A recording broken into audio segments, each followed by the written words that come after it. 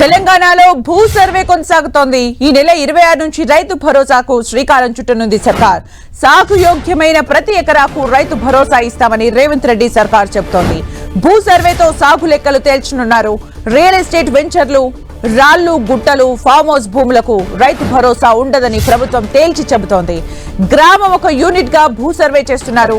పంట సాగు వివరాల్ని cab booking app లో చేర్చనున్నారు.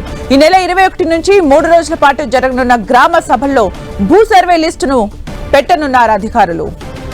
మరిన్ని అప్డేట్స్ మా ప్రతినిధి కొండల్ అందిస్తారు. కొండల్,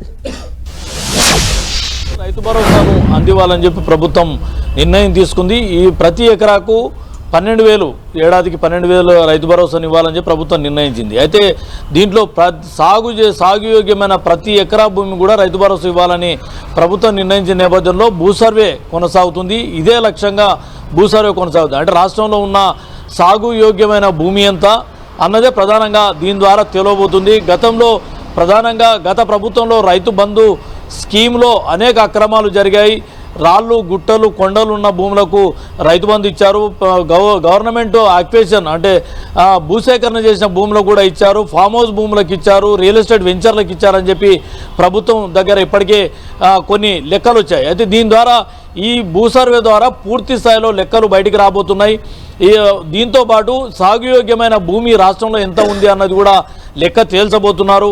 గ్రామంలో ప్రతి గ్రామం యూనిట్గా ఈ సర్వే ఉండబోతుంది. ఇప్పటికే గత 4 ఏళ్ళుగా క్రాప్ యాప్ కూడా వ్యవసాయ శాఖ ఆధ్వర్యంలో క్రాప్ యాప్ నిర్వహిస్తుంది. దాంట్లో ఇప్పటికే గతంలో ఫలానా సర్వే నెంబర్లో ఏ పంట సాగు చేశారు, యాసంగిలో ఏ పంట సాగు చేశారు, వానాకాలంలో ఏ పంట సాగు చేశారన్న వివరాలు ఇప్పటికే వ్యవసాయ శాఖ ఉన్న నేపథ్యంలో ఇప్పుడు క్షేత్రస్థాయిలో మరోసారి సర్వే పూర్తి స్థాయిలో జరగబోతుంది.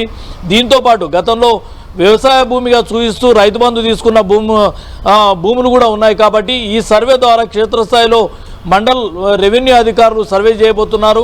పూర్తి స్థాయిలో సాగు యోగ్యమైన భూమి ఎంత ఉంది, ఏ సర్వే నెంబర్లో ఏ పంట సాగు అయిందన్న లెక్కలు తేలితే ఖచ్చితంగా దీంట్లో సాగు చేయని భూములు ఎంత అన్నది కూడా లెక్క తేలబోతుంది. కాబట్టి ప్రధానంగా ఈ రైతు భరోసాకు ఇదొక కీలకమైన సర్వే అని చెప్పుకోవచ్చు.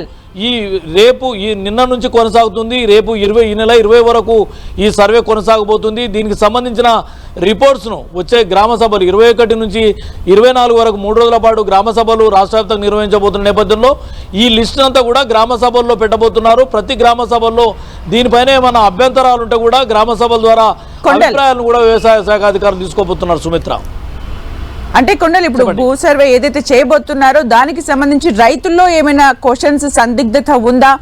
అలాగే అందరు రైతులకు ఇది వర్తిస్తుందా లేదా అని ఏమైనా డౌట్స్ ఏమైనా ఉన్నాయా? కౌలు రైతులకు సంబంధించి మరి వాళ్ళకి క్లారిటీ ఉందా? అలాగే వాళ్ళ నుంచి కూడా అభిప్రాయాలు సేకరిస్తామని చెప్పారు. దానికి సంబంధించిన అప్డేట్స్ ఏంటి? ఖచ్చితంగా రైతులకు సంబంధించి దీంట్లో ఎలాంటి కన్ఫ్యూజన్ లేదు అన్నది ప్రభుత్వం చెప్తుంది.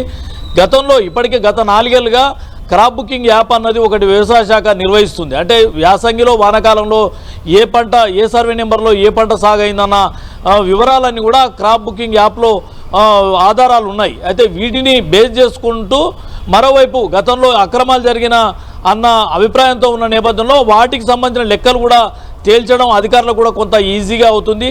దీని ద్వారా మరోవైపు గ్రామం యూనిట్గా ఈ సర్వే నిర్వహిస్తున్న నేపథ్యంలో ఎక్కడ కూడా ఇబ్బందులు తలెత్తాయి. ఎందుకంటే గ్రామం యూనిట్లో ఇప్పుడు మాజీ సర్పంచులు ఉంటారు, గ్రామ కార్యదర్శులు ఉంటారు, విఆర్ఏలు ఉంటారు, మండల్ రెవెన్యూ ఆఫీసర్స్ ఉంటారు. ఇవన్నీ కూడా గ్రామ యూనిట్గా ఉంటుంది. కాబట్టి ఈ లెక్కలు తేల్చడం కూడా ఈజీగా ఉంటుంది. ఎక్కడైతే పంట సాగు లేకుండా పంట సాగుకు యోగ్యంగా భూముల్లో రియల్ ఎస్టేట్ వెంచర్లో ఉన్న వాటికి రైతు బంధు గతంలో వెళ్ళిందన్నది ఉన్న నేపథ్యంలో ఈ లెక్కలు తేలినట్టయితే సాగు భూమి ఎంత ఉంది, సాగు యోగ్యంగాని భూమి ఎంత ఉందన్నది ఈ సర్వే ద్వారా పూర్తి క్లారిటీ రాబోతుంది. రైతు భరోసా ఈ నెల 26 నుంచి దీని ఆధారంగా రైతు భరోసాను ప్రభుత్వం అందించబోతుంది. Sumitra, thank you Kondal for the updates.